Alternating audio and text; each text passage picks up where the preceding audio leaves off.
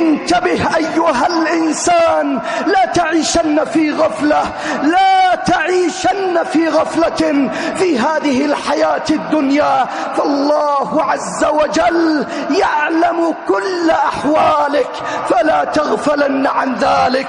إن الله عز وجل بين لنا هذا الإحصاء الدقيق فقال سبحانه: لقد أحصاهم وعدهم عدا وكلهم آتيه يوم القيامة فردا. وقال سبحانه وتعالى: إن كانت إلا صيحة واحدة فإذا هم جميع لدينا محضرون. فيا أيها الإنسان لا تغفلن عن ذلك اليوم، فالله جل وعلا سيجمع الكل في صعيد واحد للجزاء والحساب وللثواب والعقاب.